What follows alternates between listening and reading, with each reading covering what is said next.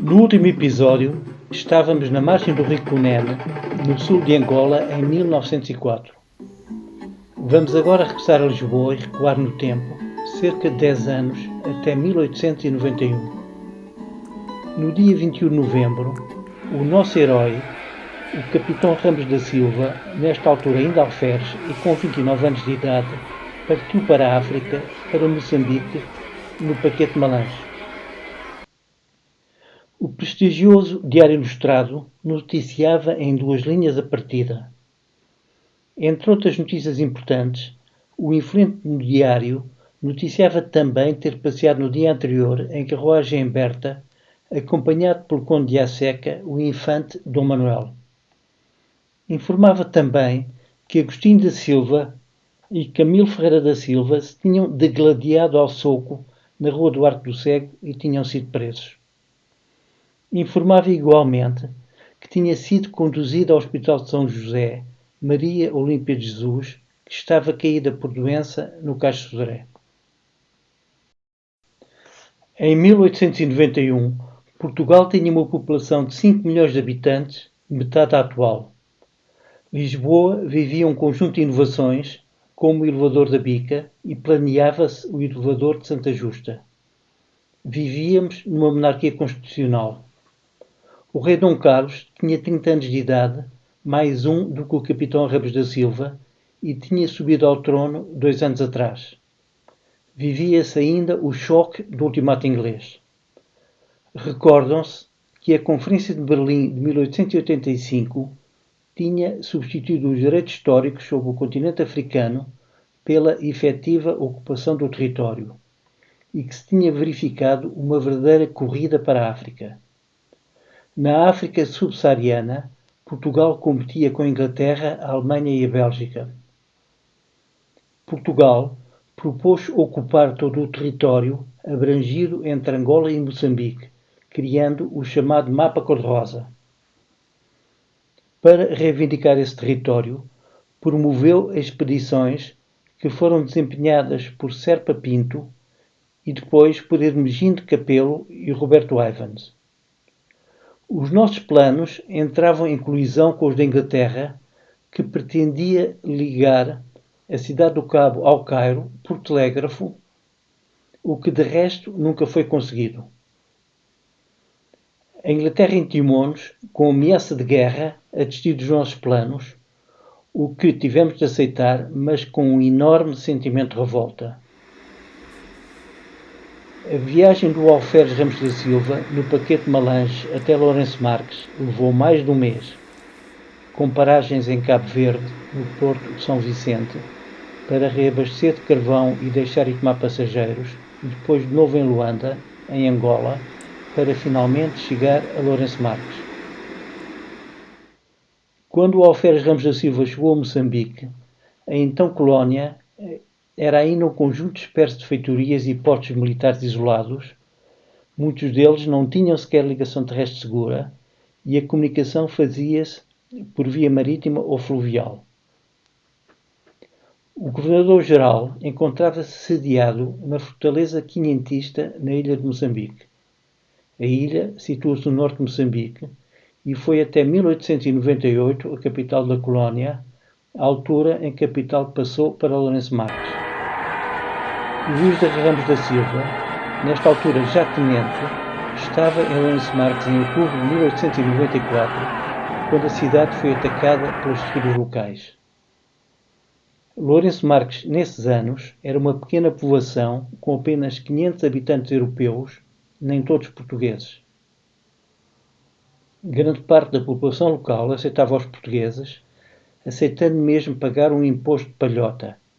Este imposto era pago em géneros ao dinheiro e era uma cópia do Hut Tax dos britânicos. Contudo, os europeus viviam no terror dos Vátuas, que de entre as tribos que ocupavam a África meridional portuguesa era a mais aguerrida, nobre e altiva.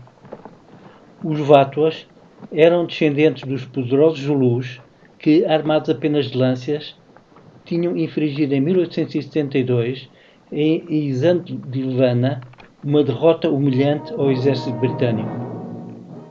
O rei dos Vátuas era Gungunhana, descendente de Manicus, um dos generais de Shaka Zulu. Era conhecido como o Imperador de Gaza. O mito da invencibilidade do Império Vátua gerava pânico nos europeus. Os ataques a Lourenço Marques de outubro eram esperados. Os portugueses atribuíram os problemas a Cecil Rhodes e à sua British South African Company, que ofereciam armas e dinheiro a Gungunhana para o convencerem a quebrar o tratado de vassalagem que tinha com os portugueses. Mas o mais provável é ter sido um problema de impostos. Os portugueses queriam aumentar o imposto de palhota de 900 réis para 1350 réis. No dia 27 de agosto, em Angoana, numa discussão sobre impostos com os régulos, os militares quiseram prender um deles e os restantes libertaram-no à força. Começou aí a revolta e os portugueses tiveram de abandonar Angoana, que passou a ser o quartel-geral dos revoltosos, e tiveram de entrincheirar-se em Lourenço Marques. Os régulos revoltosos, no conjunto, dispunham 16.000 homens, os quais normalmente costumavam estar ao nosso dispor. Felizmente os Vátuas mantiveram-se neutros, ou o final poderia ter sido outro.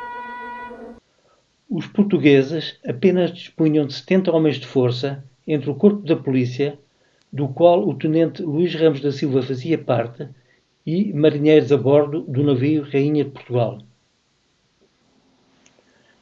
A 4 de outubro, em sequência de um ataque, o governador Canto e Castro pediu ao engenheiro Paz de Almeida que providenciasse a construção de 12 blockhouses colocados em pontos estratégicos da cidade e ordenou que a cercassem de arame farpado.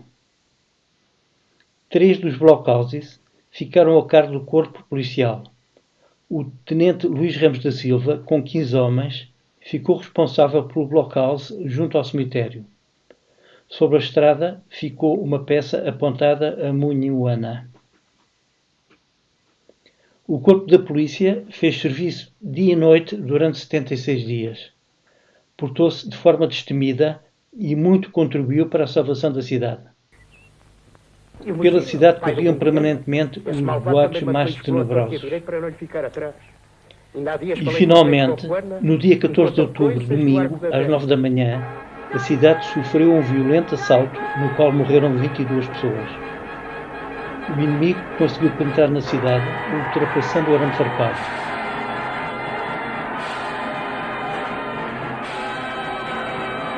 As honras do dia pertenceram ao corpo policial. Houve também a sorte de Mamatejana, régulo do Gixaxa, que era o mais aguerrido dos 3 régulos, ter decidido atacar sozinho, não esperando pelos outros, como estava combinado. Os 3 régulos reuniam 7.000 guerreiros e teriam, com grande probabilidade, conseguido conquistar a cidade. O corpo da polícia, formado em linha, abriu fogo por secções durante 1 hora, obrigando o inimigo a recuar. As blockhouses, guarnecidas pelo corpo da polícia, mantiveram durante todo o tempo fogo de artilharia. Estava ultrapassada a maior crise. No dia 7 de novembro, o governador ordenou que se demolissem as barricadas. No dia 10, chegou o vapor Angola com 500 militares naturais de Angola e no dia 12, o paquete Cazengo com reforços vindos da metrópole. À noite, tocava a música no jardim e era como se o mau sonho tivesse passado.